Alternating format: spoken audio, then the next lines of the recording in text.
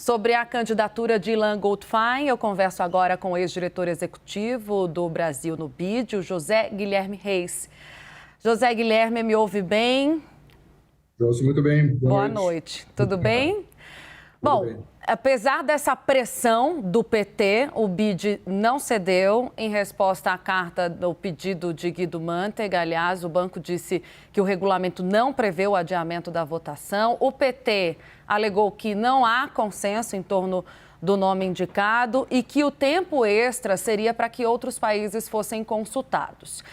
Duas perguntas que eu gostaria de esclarecer antes da gente desenvolver melhor a entrevista, para a gente dar o pontapé inicial. A primeira é se um pedido feito desse tipo, por Guido Mantega, é inédito e qual é a consequência de um pedido desta natureza vindo de um ex-ministro da Fazenda na candidatura do Brasil. Pois não, Tainá. Eu acho que eu não tenho dúvida que a solicitação não inviabiliza a candidatura do Ilan Goldfein. Como você disse, a solicitação foi no sentido de adiar a eleição. Na verdade, havia muito pouca chance de se aprovar um adiamento, afinal, é um banco com 48 sócios em todo o mundo, com um regulamento muito claro. E mais do que isso, precisando imediatamente ter uma nova liderança estabelecida, e, portanto, essa proposta foi rejeitada. Rejeitada a proposta, o Ilan é um dos 5 candidatos apresentados: Brasil, Argentina, México, Trinidad e Tobago e Chile. É um candidato que você pode imaginar, eu tenho muito contato com outros países, ex-diretores e diretores atuais no BID, e há uma avaliação muito consensual de que o candidato brasileiro é muito forte pela sua capacidade técnica, pela sua contribuição. Há uma avaliação de que o BID precisa, por tudo que viveu nos últimos meses, talvez anos, o BID precisa de uma gestão mais técnica, mais focada em fazer bons projetos. E, portanto, há uma avaliação muito positiva sobre ele. Eu diria que, se durante essa semana houver um endosso formal da candidatura do Ilan por parte do governo eleito, as chances são altíssimas dele ser eleito. Essa é a minha avaliação. Se houver simplesmente uma não objeção, e os sinais são nesse sentido, de não objeção, eu diria que as chances ainda são bastante boas. Ótimo. Vou colocar na nossa conversa o nosso especialista internacional, Lourival Santana, também para lhe fazer uma pergunta. E a gente segue. Loura, é contigo. Boa noite, Zé Guilherme. Bom, você disse que os sinais são de uma abstenção, digamos assim, né? Mas já houve um estrago que já foi feito, né? O Guido Mantega praticamente torpedeando ali essa candidatura. Quero ouvir você, se você discorda dessa minha análise e se os governadores do BID, que vão fazer essa eleição no domingo, elegeriam um presidente que claramente não terá o apoio do governo, do país do qual ele é candidato. Pois não, Lourival, boa noite. Nós temos tido contato com muitas pessoas que estão em volta da nova administração, que fazem parte do comitê de transição.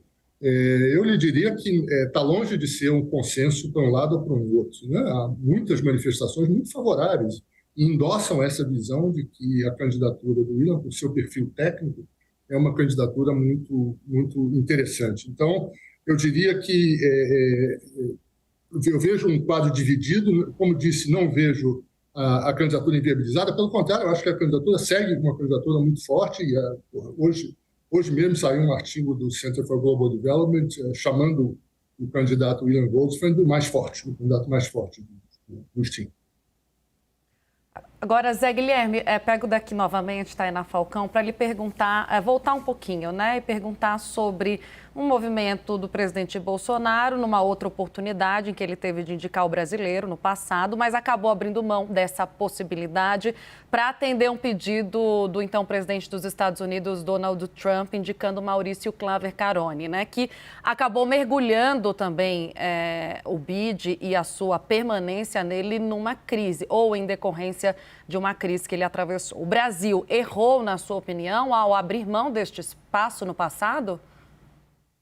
Eu não diria que o Brasil tinha um espaço tão claro. O Brasil estava trabalhando uma candidatura, indicado pelo ministro Paulo Guedes, e estava trabalhando, mas houve uma decisão que, francamente, eu nem sei, que foi tomada num nível bastante elevado, de que, ao invés de uma candidatura brasileira, haveria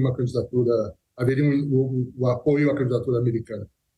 Mas eu acho que não foi um momento em que estava claro que uma candidatura brasileira seria vencedora naquele momento. Nós estávamos em estágio muito inicial, diferentemente de hoje. Lourival, mais uma? Zé Guilherme, você realçou o perfil técnico do Ilan Goldfein. Hoje ele é vice-presidente do Fundo Monetário Internacional para o Hemisfério Ocidental, fez doutorado no MIT, enfim, de fato, olhando para os currículos, é o mais qualificado. Agora, haveria a possibilidade de ele ter uma gestão que fosse divergente dos interesses do Brasil sob o presidente Luiz Inácio Lula da Silva? Haveria a possibilidade de ele fazer coisas ali que desagradariam ou iriam contra os interesses do Brasil e do governo? Fala um pouco do que é esse papel de presidente e como ele poderia beneficiar ou não o Brasil. Aliás, é a primeira vez, né, que o Brasil presidiria o BID desde a sua fundação em 1959. Correto. Certamente, o ter um presidente brasileiro no BID não vai significar mais financiamento para o Brasil. Não se trata disso, e nem deveria ser, né? Você não pode imaginar que os países vão competir para trazerem mais financiamento. Mas eu acho que a importância de ter um presidente brasileiro é definir a agenda do futuro, né? O BID é um banco de desenvolvimento, né? Oferece crédito e financiamento para projetos de desenvolvimento que têm impacto sobre redução de pobreza, crescimento econômico, meio ambiente, etc. É nisso que o BID tem avançado. E é uma agenda bastante ampla, né? Vamos falar de desenvolvimento, podemos falar de infraestrutura, podemos falar de educação, saúde, instituições, macroeconomia, enfim, é um conjunto bastante amplo de elementos. Acho que a importância aí é ele aproximar a agenda dos temas do Brasil. Por exemplo, um tema importante para o Brasil é um desafio que o BID tem é ampliar seu braço privado. O braço privado foi criado há poucos anos. O IFC do Banco Mundial, a Corporação Financeira Internacional, tem algumas décadas. O braço privado do BID foi criado há poucos anos, empresta 4 bilhões de dólares para a região. É muito pouco. 1 bilhão de dólares para o Brasil. Há uma demanda muito maior de recursos e só não empresta mais para o Brasil porque não pode concentrar todos os recursos num país só. Os governadores, os ministros de Fazenda, que são acionistas do banco, concordaram na última Assembleia que era fundamental expandir esse braço privado. E isso aí requer uma complexa operação financeira de expansão, mudar o modelo de negócios, buscar maior participação acionária, menos financiamento. Enfim, há um conjunto de coisas que eu acho que há poucas pessoas na região, eu diria, estão preparadas para liderar um debate como esse, como o Ilan Goldfein, exatamente por seu perfil técnico. Acho que há outros. Eu estou salientando o perfil dele na experiência de presidência do Banco Central, mas ele tem múltiplas visões na área econômica, social. Ele é presidente de uma fundação de Amazônia Sustentável, e esses são os outros temas fundamentais para a agenda do BID e de qualquer outro multilateral. O ponto fundamental hoje é a transição para energética, transição para mudança climática e economias de baixo carbono. E aqui, de novo, eu acho que há um espaço enorme para o Brasil, não só impor suas ideias, mas dialogar com os outros países e contribuir decisivamente para essa melhora dessa situação. Obrigada, Zé Guilherme. Nós conversamos agora com o ex-diretor executivo do Brasil no BID, José Guilherme Reis. Até uma próxima. Muito obrigado.